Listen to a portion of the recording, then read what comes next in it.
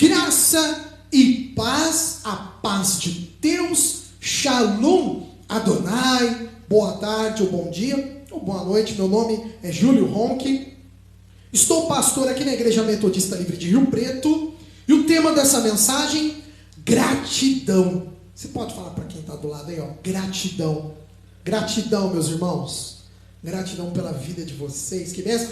E o subtema, Evangelho é a ação de graças. Vamos viajar lá para Salmos, capítulo 105. Capítulo 105, verso 1. O Salmo de Davi ao regente do coro para as flautas. Começa aqui, ó. Agradeçam a Deus o Senhor. Anunciem a sua grandeza e contem às nações as coisas que ele fez. Verso 2. Cantem a Deus, cantem louvores a ele, falem de seus atos maravilhosos. Verso 3. Tenham orgulho daquilo que o santo Deus tem feito, que fique alegre o coração de todos os que adoram a Deus, o Senhor. Verso 4. Procurem a ajuda do Senhor e estejam sempre na sua presença. A NTLH juntou o verso 5 e o verso 6. Vamos lá, juntos? Vocês, descendentes de Abraão, servos de Deus. Vocês, descendentes de Jacó, o escolhido de Deus. Lembrem de tudo que Deus tem feito. Lembrem dos seus grandes e maravilhosos milagres e de como tem condenado os nossos inimigos. Vamos parar por aí. Apenas um introito, uma singela, rápida explicaçãozinha. Dia 23 e 24, né, foi celebrado aí Dia de Ação de Graças, né, especialmente lá nos Estados Unidos e países também do norte, né, eles têm o costume de fazer esse dia especial, né, geralmente é quinta, parece que no Canadá eles comemoram no sábado, então teria sido ontem, né, cada país tem a sua tradição, e é uma data importante, né, porque nesses países do norte é o período quando ocorre a troca das colheitas, período do tempo das colheitas. Então eles têm esse costume de fazer essa ação de graça justamente pelo ano, né? Para agradecer pelo ano que passou e pedindo as bênçãos para o ano vindouro. E aí levou-me uma reflexão nessa semana, como que é importante, irmãos, nós sermos gratos ao Senhor. Como que é importante nós lembrarmos as boas coisas que Ele faz. Porque nós, seres humanos, muitas vezes, nós só lembramos dos perrengues. A gente só lembra das coisas ruins, das dificuldades, não é verdade? Se você parar para fazer uma análise desse ano, muitas pessoas vão fazer uma análise negativa do ano.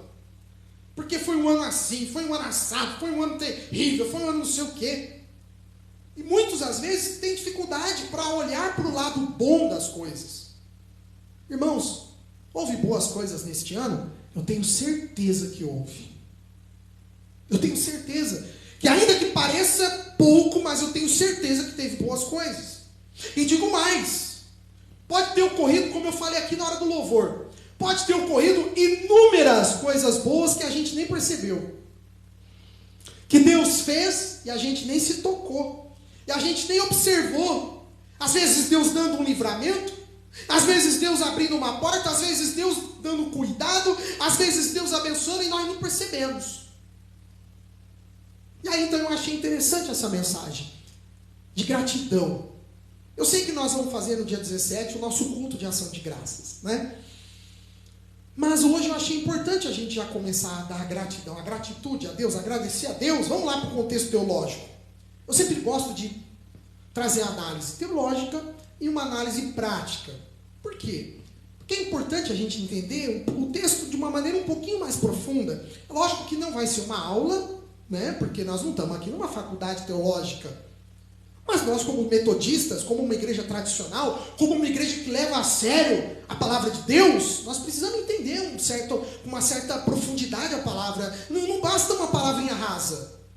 A gente precisa ter uma profundidade na mensagem de Deus. Então vamos lá, vamos começar a entender um pouquinho da parte teológica. É uma pincelada só para você ter uma leve noção. Vamos lá. A gente começa com um teólogo chamado Albert Burns. Eu sempre gosto de citar, eu tenho o comentário desses teólogos, eu acho muito interessante, o Burns, que é um teólogo presbiteriano, ele começa dizendo o seguinte, que nesse salmo específico 105, não há consenso dos teólogos de quem foi o autor dele. Tá? Embora a tradição da igreja diz que foi Davi, o Burns diz que não tem ainda um consenso. Ele explica que, de fato, Davi, quando venceu os filisteus, se você olhar lá no livro de 1 Crônicas, no capítulo 16, e você fizer um estudo lá em 1 Crônicas, você vai ver que naquele momento, Davi realmente fez um cântico de agradecimento. E olha que interessante, o começo desse salmo é o mesmo cântico de 1 Crônicas 16. Então, do verso 1 até o verso 15, é uma cópia idêntica. Então, por isso que a tradição da igreja diz que foi Davi o autor desse salmo. Mas o Burns explica que não. Por quê? Porque ele foi depois complementado num período já muito tardio, mais próximo da gente. Então, por isso que o Burns acredita que não foi. Mas é interessante esse momento que Davi, os hebreus, liderados pelo rei Davi, vencem os filisteus. Eles conseguem pegar a Arca da Aliança. E aí a Arca da Aliança passa 3 meses na casa de Obed-Edom. Vocês estão lembrados disso? Ah, que bom. Vocês lembram o que aconteceu na casa de Obed-Edom? Multiplicou as bênçãos. Gente, até filhos o homem começou a ter. Ô Benício, ô glória, misericórdia, pastor. Até filhos ele começou a ter. Foi prosperidade, foi bonança, abundância. 3 meses que a arca ficou lá. Que o pessoal gritou, falou, Davi, Obed-Edom está sendo abençoado demais, porque a arca está lá. Olha a importância da Arca da Aliança. E nesse momento aqui em 1 Crônicas 16, eles terminam as guerras, vencem os filisteus, e aí então Davi realmente retira a arca da casa de Obed-Edom e leva até Jerusalém, que era a região dos Jebuseus. Lembra? A gente já falou, a gente fez um estudo uns 3 meses atrás dessa região de Jerusalém, que foi dominada pelos hebreus, e eles então levam para lá, para onde Davi construiu a cidade de Davi. Jerusalém, ela começou com esse nome, a cidade de Davi. Olha que interessante. O teólogo, o mesmo teólogo chamado Burns, ele ainda explica o seguinte, que esse Salmo 105, ele é um salmo histórico, ele tem uma característica histórica. Por quê? Porque se você ler o salmo todo, depois eu faço até um desafio, para durante essa semana, você fazer um devocional no Salmo 105. Aí você vai falar, mas pastor, o salmo é grande. Ele é grande. E é interessante porque ele faz uma narrativa histórica da libertação do povo hebreu do Egito. De tudo que o povo passou no Egito e depois do que o povo passou no deserto. Olha que interessante. E o Burns explica que da mesma maneira, Asaf, que depois tornou-se, da parte da adoração, de toda aquela entrega, Asaf, que foi um grande compositor, ele também fez um salmo muito parecido, que é o Salmo 78. Então, se você depois pegar na tua Bíblia, você vai ver que o Salmo 105 e o Salmo 78 são 2 salmos com características narrativa histórica. Eles narram acontecimentos reais, acontecimentos que de fato ocorreram lá no passado, com a saída do povo do Egito. Um outro teólogo, para a gente já encerrar, chamado Joseph Benson, que é um teólogo metodista, eu gosto dos comentários do Benson, por quê? Porque ele já tem uma visão mais metodista da coisa. Ele fala que não, realmente esse salmo é de composição de Davi, até o verso 15, e que depois de fato foi feito acréscimos nesse salmo, dando continuidade na história. O Benson, ele explica que um teólogo chamado São Patrick, que foi até um bispo São Patrick, ele diz que essa comemoração que Davi fez quando ele venceu os filisteus, lá em 1 Crônicas, capítulo 16, olha, preste atenção no que São Patrick diz. Desde os tempos de Abraão, foi a maior e mais completa comemoração antes já vista pelo povo hebreu, em agradecimento, em gratidão a Deus pela vitória. Gente, 1 Crônicas, capítulo 16, foi algo tão reverente, é algo de tanta gratidão, que você vai ler depois na tua casa essa semana, estuda um pouquinho a história, irmãos, é bonita a história do povo hebreu. Você vai ver que Davi, ele se despoja da majestade de um rei, e ele começa a dançar, ele começa a adorar a Deus de uma maneira extravagante. Por isso que eu digo, quando a gente começa a ver a história de Davi, Davi era um cara sensacional, uma pessoa que estava além do tempo dele. Tanto além que a mulher dele, Mical, o que ela faz? Ela despreza Davi, porque ele estava dançando. Ele estava muito feliz, por quê? Porque a Arca da Aliança estava voltando para o meio do povo de Deus. Vocês imaginam, se 3 meses na casa de Obed-Edom, o homem teve tudo, triplicado, quadruplicado, nem lembro quantas coisas foram.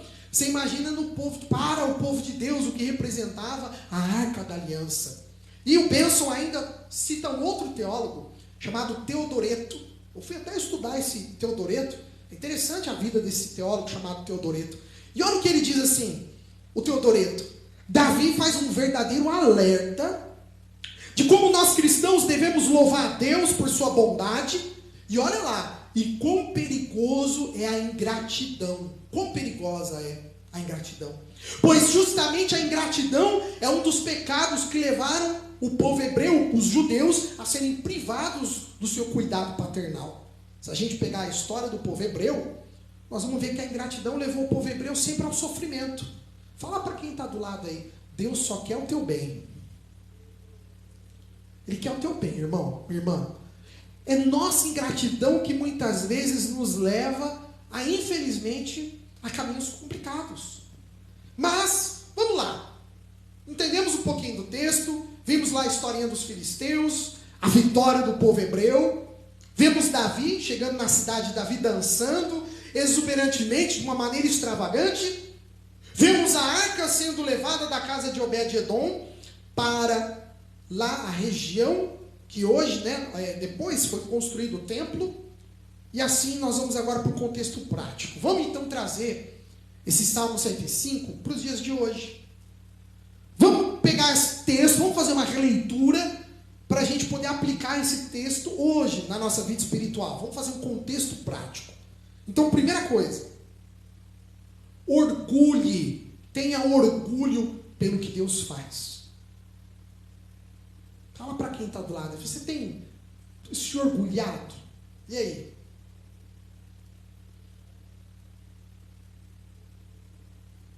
Segunda coisa que nós vamos falar, esteja sempre na presença dEle.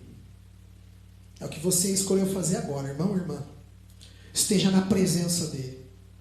E por último que nós vamos ver hoje, não esquecermos dos grandes feitos. Irmão, como a nossa memória é curta. Como a nossa memória é boa para lembrar as coisas ruins. Como a nossa memória é boa para recordar só o que foi mal. Não, meus irmãos. O salmista está nos chamando hoje para a gente relembrar os grandes feitos do Senhor. Aleluia. Vamos lá então. Primeiro item, primeiro tópico. Tenha orgulho por esse Deus maravilhoso e pelo que Ele faz. Você que é pai e mãe, você vai entender bem o que eu estou falando aqui. Nesse primeiro ponto que eu vou explicar para vocês. Agora você já vai entender a jogada. Você que é pai e mãe da internet, não dorme não, minha benção. Eu sei que está tarde da noite, vai lá, toma uma água, lava o rosto, volta. É igual sala de aula, EAD, não é assim? Não dorme não. Você que é pai e mãe, alguma vez você já viu teu filho falando de você para alguém? Você já teve essa oportunidade? Eu tive. E gente, eu quase caí da cadeira. Você já teve essa oportunidade? Qual a maneira que seu filho ou sua filha falou sobre você? Se foi com uma maneira de admiração, de empolgação? Eu lembro até hoje, foi uma oportunidade com o Isaac, e uma pessoa fez uma pergunta para ele. Falou: Isaac, seu pai, o que ele mais fala para você? O que você vê no seu pai? E eu estava de longe, e ele não estava vendo que eu estava prestando atenção. Mas sabe quando você fica com aquele um olho no peixe, um olho no gato, assim, quando você dá até aquela entortada no ouvido, assim, para você tentar ouvir, né? E eu de longe, eu só ali escutando. E aí, fingindo que não estava nada, não estava nem ali, e o Isaac, ele me emocionou. Que eu falei assim: nossa, agora eu estou enrolado. Agora a casa caiu. O Isaac virou e falou assim para a pessoa: o que meu pai mais me fala, eu te amo, meu filho. Aquilo para mim foi uma coisa que eu fiquei uns 2 dias sem dormir direito. Eu falei, poxa, eu dou tanta bronca nele. A gente tenta ser um pai, a gente tenta formar filhos, não perfeitos, porque nós nunca vamos ter filhos perfeitos, mas eu procuro que meu filho seja uma pessoa boa, tão boa quanto eu. E ele conseguiu identificar a coisa que é mais importante para mim, que é o amor dele. E eu fiquei tão feliz. Aí depois passou ali, deu um tempo, mais tarde eu chamei ele e falei assim, ô filho, o pai ouviu o que você respondeu.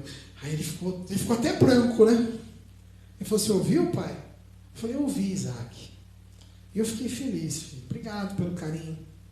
E realmente, irmãos, você precisa falar que você ama seus filhos.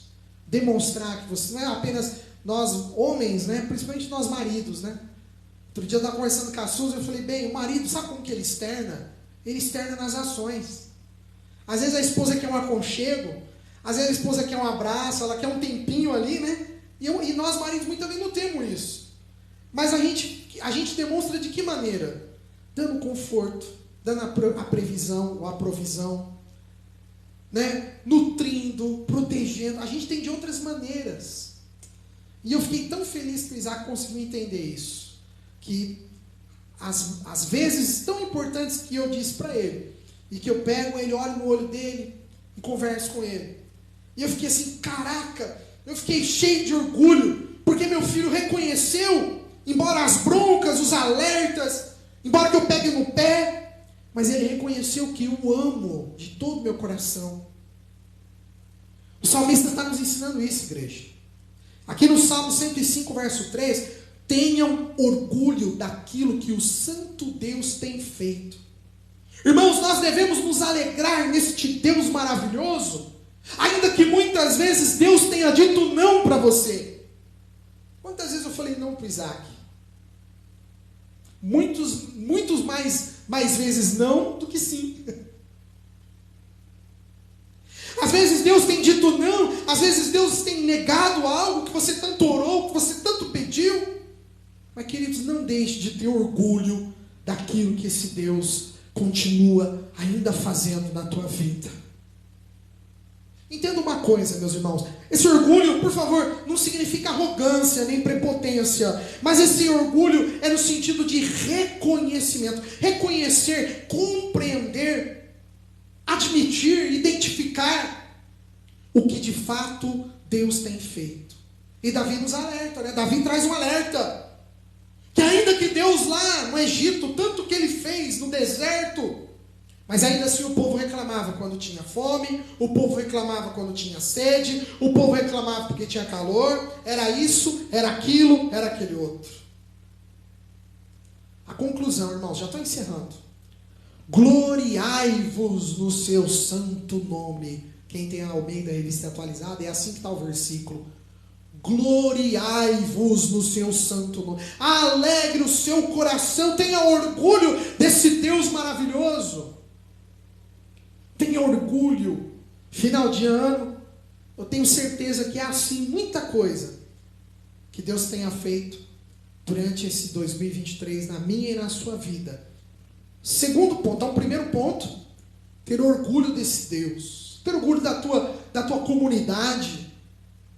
Tem pessoa que às vezes olha a outra igreja e não tem orgulho da onde ela vai. Tem orgulho, meus irmãos. Pode ser simples, pequeno, isso e aquilo, mas é aqui que o Senhor nos colocou. É aqui que Deus nos chamou. É aqui que Deus tem nos edificado. Então tem orgulho. Tem orgulho do que Deus faz e do que Ele ainda há de fazer neste lugar. Aleluia! Segundo ponto, sempre na presença dEle. Então, o primeiro ponto é o orgulho dos feitos. Segundo ponto, estar na presença dEle. É o segundo item importante. Nós temos a consciência de todo instante de que o Senhor é o nosso, como o salmista diz, o nosso socorro bem presente no dia da angústia.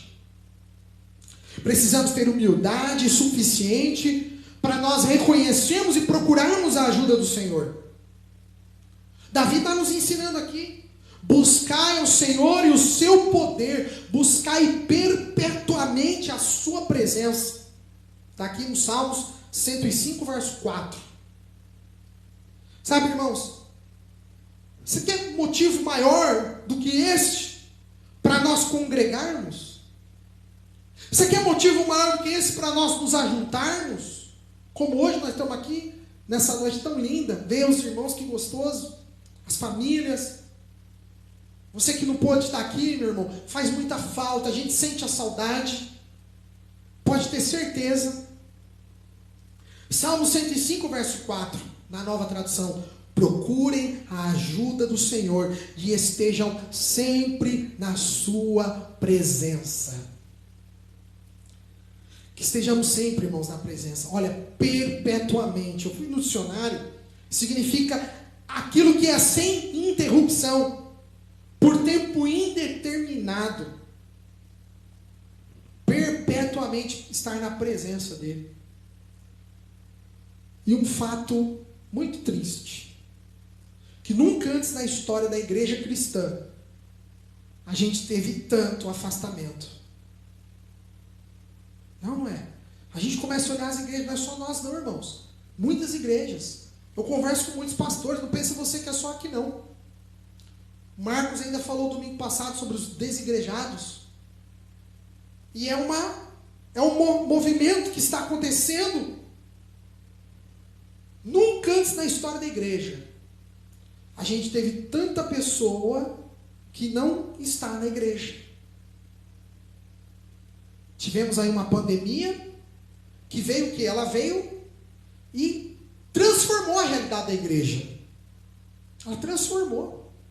Hoje nós continuamos com o nosso culto online. Por quê? Para a gente poder chegar até essas pessoas, até essas vidas. Você pode até dizer para mim, pastor, mas quando Davi disse estar na presença do Senhor, o Senhor Deus está em todo lugar. E você tem razão. Fala para quem está do lado aí, é verdade. Deus está em todo lugar. Tá. A tua lógica, a tua linha de raciocínio não está errada. Deus está em todo lugar. Está correta a tua linha de raciocínio. Entretanto, porém, contudo, a tua exegese está equivocada. Ué, pastor, o que é isso? O que é esse tal de exegese aí? Quem que é esse negócio aí? Exe é o quê? O dicionário Wise é interessante que ele dá um significado bem simplório, né, da exegese. Eu achei legal trazer para vocês. Olha aqui, ó. Exegese no dicionário: exposição de fatos históricos, interpretação, tradução, aquele que conduz, aquilo que guia. Então, quando você faz a exegese de um texto, você está traduzindo, você está fazendo uma interpretação. Então, quando você lê aqui o texto do salmista: buscai o Senhor e o seu poder. Ainda que você fale, mas pastor Albert Burns diz que não é de Davi. Mas vamos ler como 1 Crônicas, capítulo 16, verso 11. Porque repete lá em 1 Crônicas. Então lá era de Davi. Se você pegar esse texto, lembrando que ali em Crônicas está referente a Davi. Só para a gente analisar de forma exegética, interpretar de forma histórica a vida de Davi. Quando qualquer coisa acontecia com Davi, onde ele procurava o Senhor? Quando ele estava aflito, para onde o rei Davi ia? Quando ele estava com dúvida, aonde o rei Davi consultava Deus? Quando ele estava indo para uma batalha, aonde ele orava a Deus? Se nós fizermos uma exegese, se nós fizermos uma correta interpretação da narrativa histórica da própria vida do rei Davi, nós vamos ver que Davi era o cara que primeiro buscava a Deus no templo. Lógico que ainda não havia templo, tá? Quando a gente fala templo, eu estou falando na figura do tabernáculo. Templo é só depois de Salomão, tá bom? Até então não tinha paredes, não tinha edificação construída, era a tenda. Mas Davi, enquanto rei, buscava no tabernáculo. Está entendendo? Olha como que é importante a gente fazer a exegese do texto. Inclusive Davi, ele quis construir um templo. Quem que não deixou? O próprio Deus. O próprio Deus impediu Davi, dizendo que era o filho dele que faria. Está lá em 2 Samuel, capítulo 7, verso 12 e 13. Ele quis construir no verso 11. 2 Samuel 7, 11. Mas no verso 12 e 13, o profeta disse por quê para ele? Deus falou que não é você não, Davi, é teu filho. E realmente, anos depois, Salomão constrói um templo. Davi leva a arca da casa de Obed-edom para Jerusalém, no Monte Sião. E lá ele constrói o tabernáculo. Davi faz um tabernáculo, que é chamado Tabernáculo de Davi. Está em 2 Samuel, capítulo 6, verso 16. E tem mais ainda sobre o templo, que eu acabei de falar. Alguns domingos atrás, o que eu comentei quando Davi quis fazer o censo do povo hebreu? Ele quis contar o povo. O que aconteceu? Veio uma maldição, começou a matar as pessoas. Lembra? Que morreu mais de 70 mil homens. O que teve que fazer para aplacar a ira de Deus? Davi foi até uma eira do Jebuseu chamado Araúna ou Ornã. Lembra que Araúna está na Nova Tradução. E naquela plantação, o que eles viram lá? Anjos subindo e descendo. Olha que interessante. E o que Davi fez naquele momento?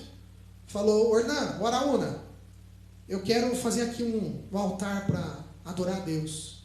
O que o dono da terra lá, o Jebuseu, falou para ele? Mas meu rei, ele tinha sido dominado por Davi. Lembra? Jebuseus eram os povos que viviam em Jerusalém. Eles foram vencidos pelos hebreus.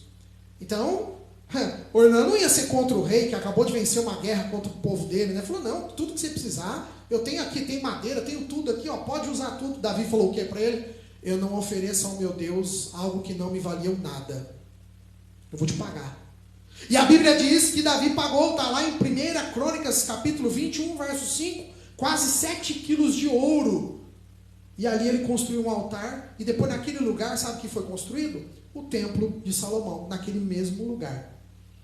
Então quando a gente fala de Davi, você está entendendo a importância da gente fazer uma exegese? Quando Davi está dizendo para a gente buscar a presença de Deus, não é buscar a presença de Deus em qualquer lugar. Porque Davi não buscava a presença de Deus em qualquer lugar. Ele podia orar em qualquer lugar, mas para ele, o tabernáculo era um lugar importante. Então, irmãos, veja a importância de congregarmos, de nos reunirmos. Eu sei que hoje nós estamos numa era, né, de distância, de muita coisa. Mas pensa comigo, quando você começou na igreja, lá atrás, anos atrás, como que era? Como que foi? A gente tem que voltar naquele primeiro amor, irmãos.